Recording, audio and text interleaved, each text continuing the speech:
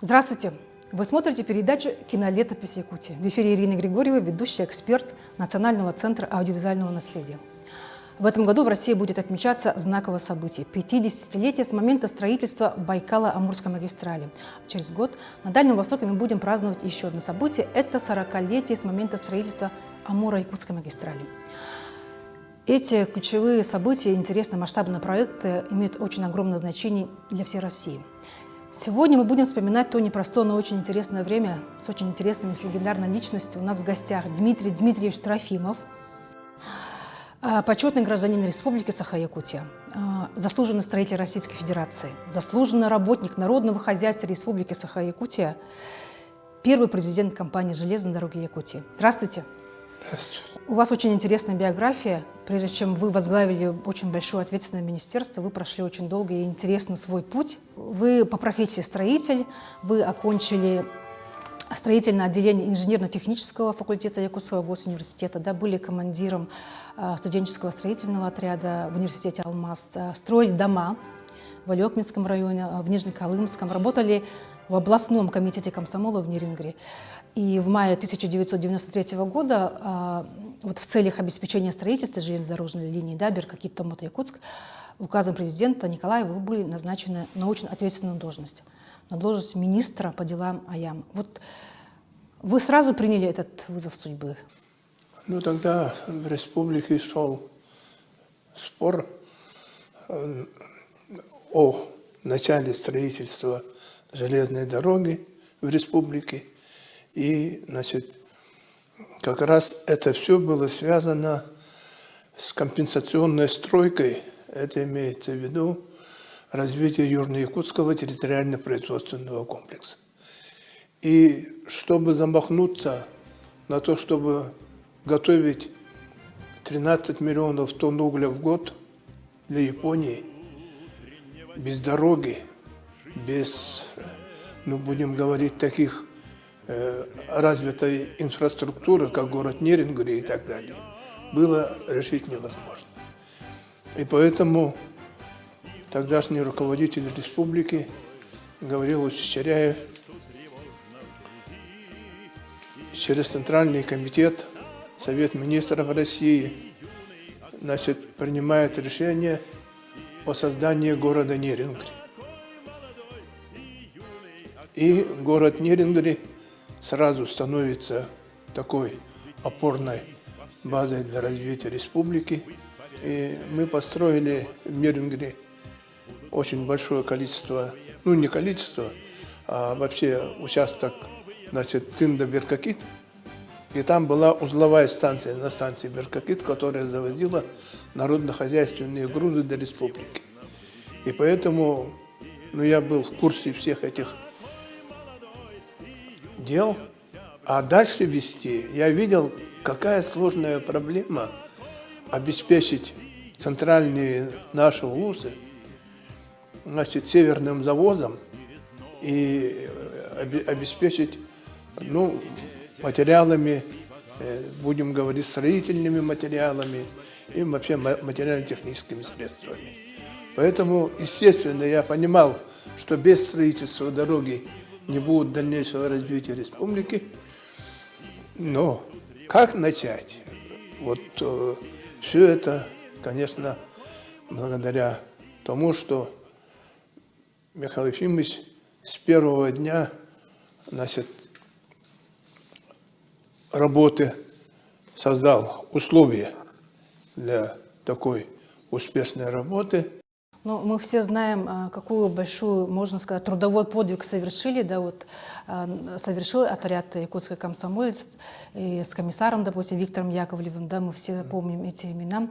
Вот, и когда вы вспоминаете вот такое время, да, вот, когда вы смотрите черно-белые кадры, допустим, да, вот, того исторического момента, вот, какие чувства на вас нахлынивают? Вот. Ну, я вспоминаю, как в то время, значит, в 1975 году все-таки живые были деньги. Это на строительство Южно-Якутского территориально-производственного комплекса. И для того, чтобы поднять эту всю махину, нужна была действующая железная дорога. а ее могли построить только бамовцы. 50 лет ровно, как один из первых отрядов якутского комсомольца поехал в Тынду, и в диком лесу они начали лесопорубочные работы, обустройство баз, и строительство притрассовой автомобильной дороги. Это был для наших ребят первое боевое крещение. Они прошли, будем говорить, закалку на прочность. И потом уже они, когда мы подходили со станции БАМ до Тынды, потом с Тынды шли через 2 года на станцию, на разъезд с Якутской, на границу Самурской области, они уже созрели для того и коллективно решили, что они будут укладывать путь и приведут дорогу чисто с границы до Якутска. Один из основных и самых тоже серьезных вопросов было решение кадрового вопроса. Мы открыли этот транспортный техникум в Нижнем Бесяхе, и там сегодня обучаются ребята практически со всех районов республики. И они не только там просто проходят обучение и так далее, там очень хорошая оснащенная база. Там есть ремонтные, блоки, будем говорить, и так далее. Они прямо наяву смотрят маневровые тепловозы, магистральные тепловозы и начинают практически с первого курса принимать участие в работе этих подразделений. Сейчас же еще появятся кадры, которые нужны будут на строительство участка Нижний Бесях, туда, в сторону Имякуния, потом на Магадан. В Магадане же тоже нет железной дороги, там специалистов нет. Недавно президент Российской Федерации Владимир Путин встречался с ветеранами БАМ. Об этом событии рассказывали в новостях. БАМ сейчас во многом определяют глобальную логистику вообще в мире, да, и сейчас очень много перспективных проектов, допустим, с Азербайджаном. Они общались по поводу развития транспортного коридора север-юг. Вы следите за новостями, да, за российскими? Что вообще вы думаете об этом событии? Наша компания сейчас, будем говорить, тесно занимается с китайскими строителями, потому что республика сегодня занимает первое место по добыче алмаза, второе место она занимает, по добыче золота, и третье место в России занимает по добыче угля.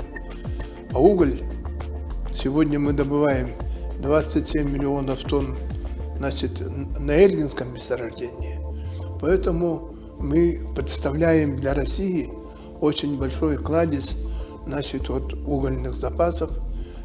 И у нас на Эльге запасы 100-летние и по 20 миллионов тонн угля в год. Сейчас тоже обсуждают вопрос по поводу разработки направления, да, строительства дороги на Магадан.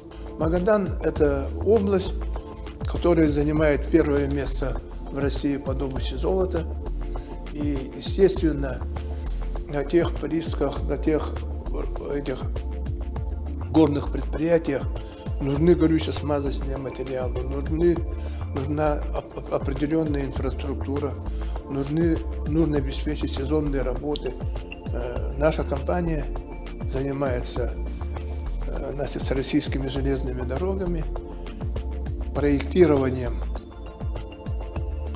строительства в сторону Магаданской области, и мы готовы развивать.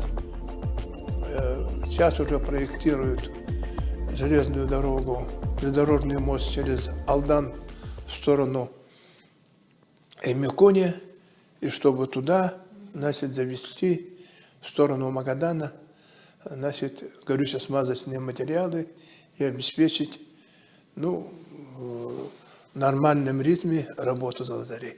БАМовцы, аямовцы, они люди какой породы? Это люди действительно понимающие, будем говорить, такую государственную ответственность. потому что